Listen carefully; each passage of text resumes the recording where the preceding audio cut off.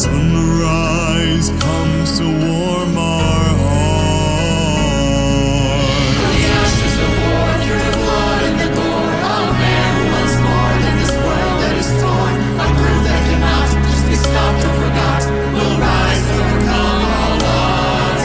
And with every new day, through the parts that we play, as we push fear away and remember the ways of a man who was kind and whose words will remind.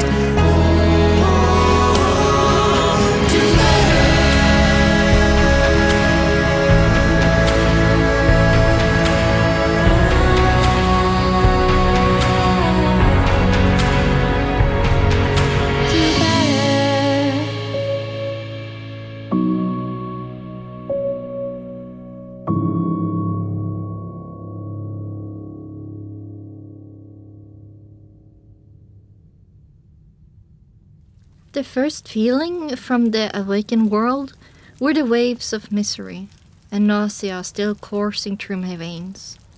I moved the hoof and felt the tug of an IV in my foreleg. It contained enough orange-colored fluid that was being pumped into my foreleg. The hospital bed creaked and I flinched. I felt tear stains on my cheek. My senses were coming back to me as I broke out of my mind's prison. I forgive you, I muttered to myself as the tears dried up. Nyota was next to me, along with Chifundo and Quickstitch. All three stallions were looking at me with concern as they sipped on pouches of green-orange mixed fluid marked with crude letters, "Rat be gone." It felt like something that should have been a group of friends meeting for a drink on a hot day instead of an emergency hospital visit. You forgive me. What hurt have I caused thee? Chifundo blurted out and looked at me like I had shot his dog. I shook my head. No, Sonny, I know you don't like it when I call you that, but I didn't realize... Nyota started to say, and I decided to get him back with a little hoof to mouth. Ew, stallion slobber is thick. Wait, do I slobber on hooves like that? No, I was... You do realize I was only trying to. Quickstitch began, and I quickly realized I had run out of hoofsies at this rate. No, I was remembering something. Damn it, let me speak! I screamed at the top of my lungs. None of you have done anything wrong!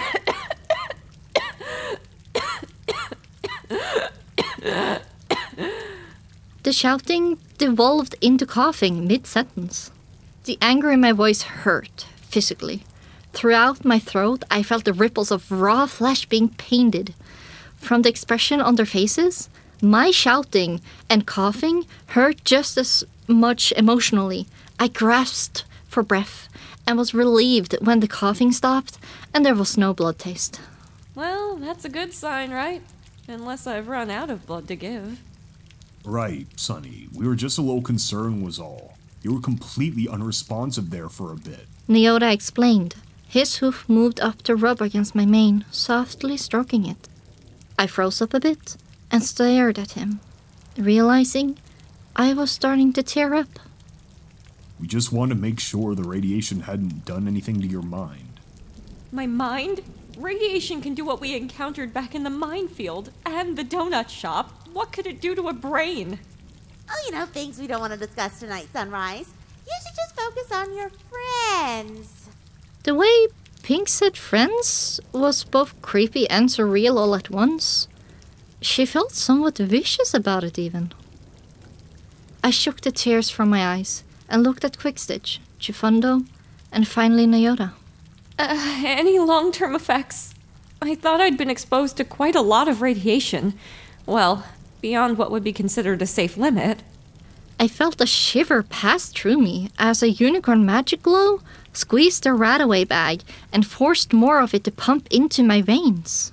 Well, I'm pretty sure we got the Radaway into your veins in time. The mare that had levitated me in was prancing up and holding the Radaway bag within her magical aura. You were the only one who needed Radaway.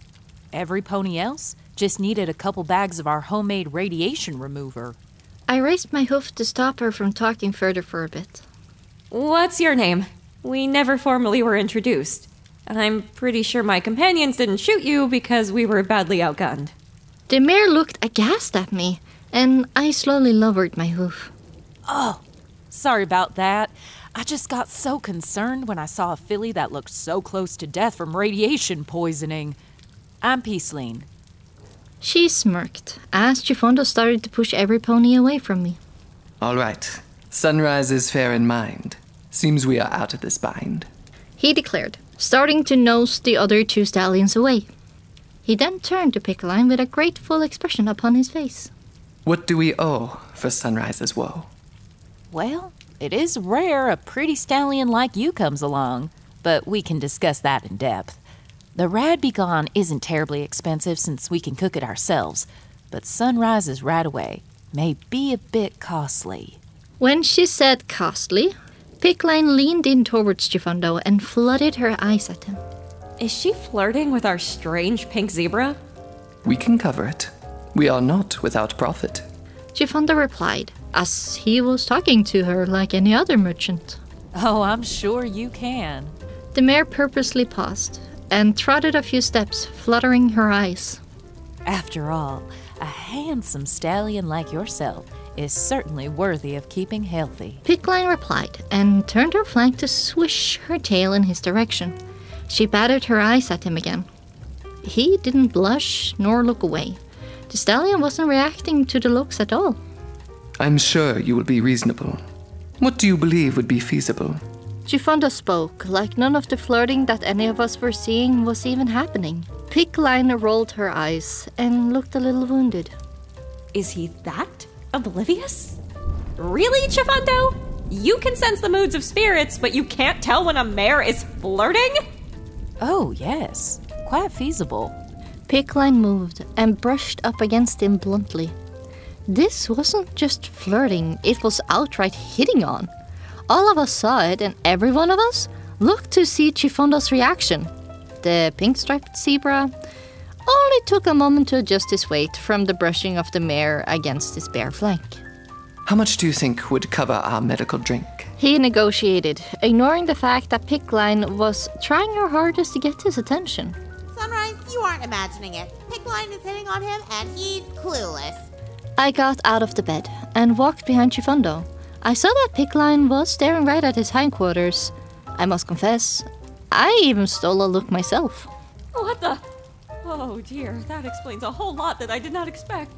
That's why he looks like a stallion but has this really girlish overtone to him. I stepped in front of him, dragging the line of Radaway on the rolling ivy cart with me. Chifondo, are you that thick or just plain dense? I startled him quite a bit. He looked at me and raised his left eyebrow. Sunrise, what is the matter? This is a delicate matter. He was quite flustered now, and I saw a slight pink blush that matched his stripes. She is flirting with you, downright hitting on you. Are you that oblivious? I giggled at him and looked at Picline with a sly wink. Sunrise, I am a high doubter. This is part of normal chatter. Chifondo replied indignantly. He even put a hoof up as to stop me from talking. And what would a filly know about the ways hearts woe? I grimaced at him and looked past the stallion to Picline. The mare gave me the most wounded look I had ever seen. I darted my eyes to Chifondo's stern expression and back to her, mouthing the word date to her. The mare nodded cartoonishly back at me several times. I puffed my chest out and stood out on my forelegs' tippy hooves. This made my head nearly a full hoof higher in the air. Sunrise, I know not. Chifondo stopped talking. When I faced it hard enough, I might have actually given myself a bruise. As I was saying, you know not what... My tail slapped his ass to get him to shut up. And Picline giggled gleefully. I haven't had the hearts and hooves talk yet, and it's completely obvious to me! My voice started low, and suddenly I was shouting him down. Chifondo! Spirit shaman of the wasteland, I am telling you right now that mare wants you to ask her out on a date. Take a hint! I snorted at him and stared down the pink-striped stallion. Every pony else in the room stared at us and then snickered. His blush turned from just his ruffled cheeks to all the way down to his hooves. Gifondo looked over his shoulder and back at the mare that was clearly checking out his hindquarters and tucked his tail down. The zebra awkwardly trotted around to face her with his chest instead of his rear. What about... Would you like to go on a date tonight? Ha! If you fluster him enough, he doesn't rhyme. Picline jumped up and hugged him so fast I thought she might kill him from the impact. Absolutely yes. You are the most handsome, fine example of zebra I've seen ever. She hopped down to all fours. Quickstitch and Fiaura were picking up their jaws from the floor at the display. Not to mention the traveling companions you are with are quite wonderful. You're all stuck here till the rain passes anyway. She glowed like a beacon now in the medical office, while I took a seat next to the bed and let the IV of the Radaway work to restore me further. Picline dashed for the door in full gallop. I'll see you tonight, Chifundo, at 7:30. Use the clock in the market square if you need one. She shouted back at us as the doors didn't even have a chance to close by the time her red mane was out of sight. I did notice one thing. When she went between those doors, however, a pip book on her foreleg was on, with her name on the screen. Stable dweller? Maybe... Oh dear goddess, is my stomach. Once Picline left, Gifondo was standing there dumbfounded for quite some time, and another pony walked up to us. An earth pony with a medical lab coat that was in good shape, actually, with those 3 pink butterflies across the chest and another set on each flank. He was much older than the rest of us, even with a salt and pepper mane and a long beard from the decades of experience. He dragged his hooves along the floor like he couldn't quite lift them. His face at first was a deep, lost depression. Then his eyes drifted up to me, and he lit up, like a grandpa who just saw his grandchild for the first time. A smile so warm it could break the ice on even Cornus's heart, brightening his features before he spoke. Hello there. I'm Doc Hacksaw, father of Doc Bonesaw. I got a letter informing me who your little group was from him at Silverfang Shanty. He took a long, dry breath and smiled a bit more. So, with your zebra friend here, Chifundo, was it? That is the name I hold in this domain. Dr. Hacksaw snorted at him. Right. The peculiar sort. I have to admit, but Picline has never been known to go for the normal ones. He looked right at me and nodded. I suppose you are the leader of this group. Now, considering how happy you've made Picline, I'm willing to give you a bit of a discount. My eyes and face brightened up at that comment. Ooh, it'll be 400 caps for all the anti-radiation meds you consumed. Then, immediately, the world came crashing back down around me. That is 1/3 of the caps we set aside to treat the group with. That is a whole lot more than I thought we'd spend in just a few days. If we keep this up, we'd be broke in less than a week and still manage to be maimed, cut, or radioactive in the process. Maybe he knows about hot cross. Pink chimed in my head and I rolled my eyes. I swear, you always have some direction to push me in. That if I go that way, it's going to lead to more danger. Yes, but remember, I'm a part of you. I wouldn't give you thoughts, questions, or directions if you actually did not think about them. Pink pointed out, which silenced any other thought I had or protest that I could make up in that figment of my imagination. Gifondo didn't even protest, he just took out the caps. How do you make the rad be gone? Can we get the recipe for ourselves? Quickstitch chimed up while Gifondo was counting caps onto the bed I'd been lying on. Hacksaw chuckled and nodded. Of course you can. 25 caps for that one. Doc Hacksaw was just like talking to our grandpa as well. He looked at each of us, and he would brighten up for a moment. Then, As he spoke, his weary of the world expression would creep back until one of us started talking again. And what about you, Sunrise? I see a question on your lips, and you haven't asked it yet. Are you a mind-reading Earth Pony? Have you seen a brown Pegasus with a hot cross bun cutie mark pass through here? Even as I spoke the question, Haxa didn't light up this time. Instead, he got a very grave, worried look. Yes, he was here. His age was showing as he spoke, and his voice was overly concerned. He was here, badly injured. His wing was nearly torn off completely, and he was heavily poisoned from the radiation, but he was here. There was a long pause, and as I started to speak, Hexa cut me off. He disappeared from our medical ward in the night. I don't know what happened to him, but pending any further injury, he is quite alive and was here 2 days ago. Well, there is hope yet. He was spotted 2 days ago. That is less time than we've been in the wastes. I may make good on that promise to Nugget yet. I smiled a bit of relief as another shiver hit my veins from the drip of the rat away. Chifundo blushed a bit and rubbed his head after a few minutes. I think I should head out and powder my snout. The pink zebra sheepishly watched us all while he backed out of the office and left us. Nyora raised an eyebrow over his eye patch, and Quickstitch shrugged. His eyebrow does work. Wait, does that mean the eye is there? Think it'll go well? I looked at Nyora after Chifundo was out of sight. No idea, but I suspect he'll be fine.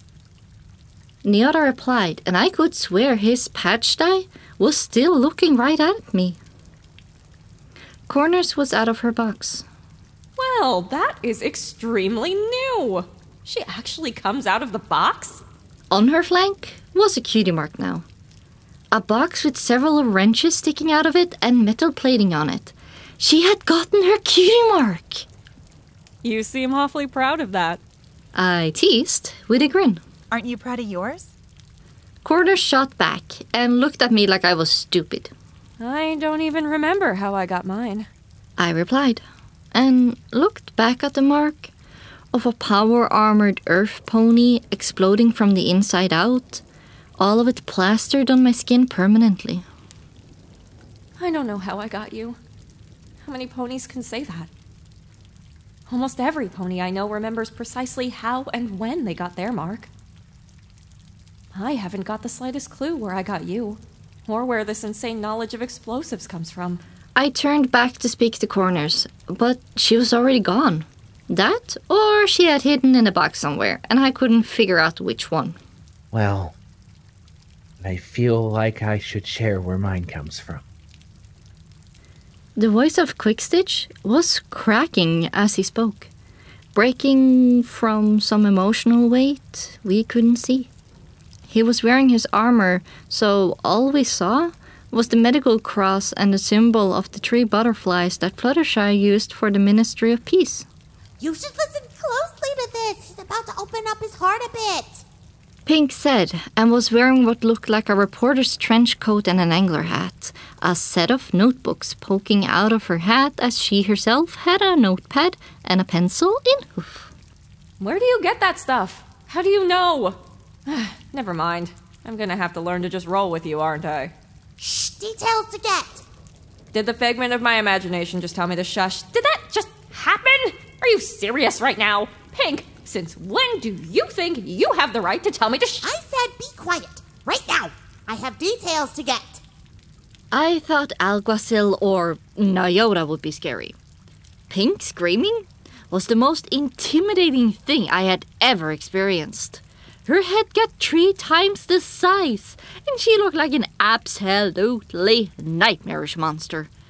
The expression, closet boogie pony, came to mind. Okay, I see why the zebras are afraid of you. Quickstitch during this time had been trying to work up the courage to speak. He bit his lip and looked at me. I pulled the now empty IV out of my foreleg and approached him, placing a hoof onto his shoulder. He released me and slowly removed his armor plating and the protection around him. Once he was done, he turned and embraced me tightly. This was the closest we had ever been physically, and I held him. I didn't want to let him go, not when it felt like he needed to spill his heart to me. I released him when my weakened body started to give out. I felt tears in my soft gaze, and a reassuring smile spread across my lips. It's okay, Quickstitch. Take your time.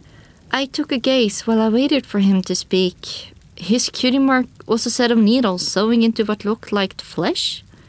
The eyes of the needles were not with strings, though. They held flames that spewed outward. Why does the wasteland twist everything? Even our purpose in life is twisted into something no longer cute or magnificent. I flinched and felt a chill as the needles reminded me of the torture I had endured at the agent's hoofs. Quickstitch let a tear roll down his cheek onto my hoof, and that was enough. As I wiped his tears away, I felt my own heart ache, seeing him in pain. I got my cutie mark when I was with my parents. Scorch mark and meat slab. They were raiders. All my scars are from their torments to get a cutie mark for fire magic. It was then I realized that much of his coat was different shades of green, different ages of scarring along with a piece of his left flank. Though his cutie mark, that made it look all the more agonizing of a fate. The olive stallion hesitated and winced like he expected us to strike him or something. I reached up and brushed his cheek with a motion to go on. I had been tortured by them all my life.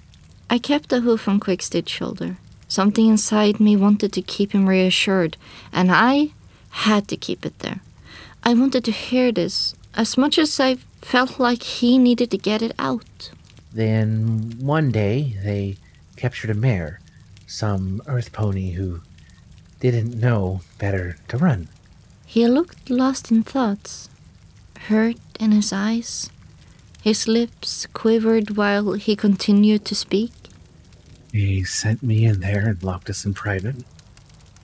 He hesitated, and I used the hoof on his cheek to rub his tears away. They wanted me to torture her with fire till I got a cutie mark or she died. Nyora moved up behind me. I took a moment to look. Hexa, as old as he was, just sat there with the saddest expression I'd ever seen. Gifondo was still in shock from Picline, and this wasn't making his shock any better. Well, go on, Quickstitch. Nyora didn't sound like he had a lot of patience right now for this. My tail battered him in the face, and I gave him an angry glare, which stopped any more comments from him. Quickstitch nodded, his face filled with grim determination, like some little piece had changed inside him. I didn't torture her. I told her if she wanted to live, scream. He stood up tall and proud, like he had done something amazing. I stitched her wounds closed, did my best to heal her, and then shoved her out of a hole in the back of the torture shack. I was so busy working on her I didn't notice my cutie mark had appeared. He paused and looked down at me into my eyes. I had to create a lie, so I burned a crate into a pile of ash.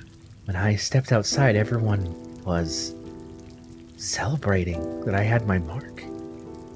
They never knew it was for healing, not torture or fire. Quickstitch stopped and chewed his lip. Nyora approached him and placed a hoof over his neck against my own. This made the olive medic pony brighten up just a bit. The tears in his eyes dried just enough. That night, I snuck out of the camp and never looked back. Till I found you, Sunrise. I felt the impact on my shoulders like a mountain falling and expecting me to carry it. He hasn't dealt with any of the pain. He hasn't even considered the damage it's done to him. He needs to let this all out. Mom would be furious if I let anything close to this build up inside and not release it. I leaped up at Quickstitch and he flinched, expecting a blow that never came. My hoofs around his neck as I nuzzled up against his cheek. Nyora pulled in closer and turned this into a tight group embrace. I sighed lovingly into his neck, while Nyora stroked his mane. I've got you, Quickstitch. I promise. I whispered into his ear and just held him there, as he wept openly into my mane and shoulder.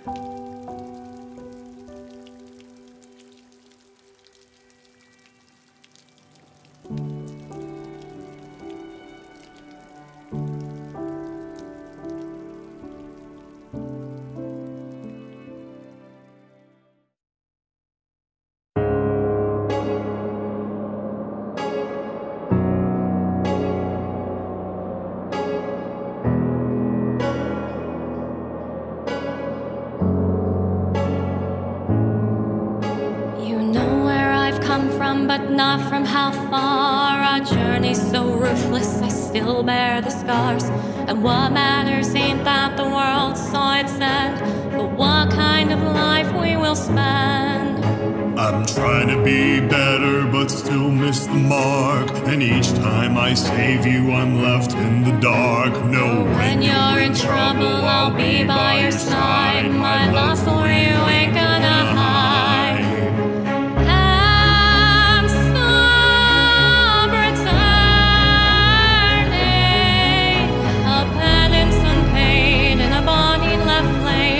Inside the fire keeps burning. Still death is calling.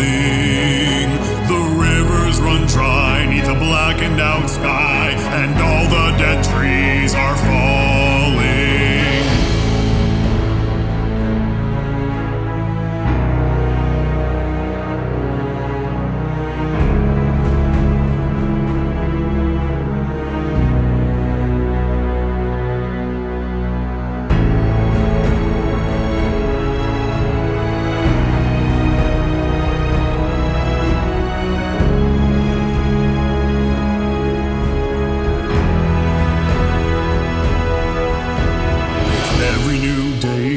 Creatures we face will see equal judgment, our mercy or grace. Decision is needed for those who survive of whether you'll be left alive. And all bloody work for a hope that we hold of past golden age and its story still told. And what sacred virtues we're able to heed to bring back to those who are in need.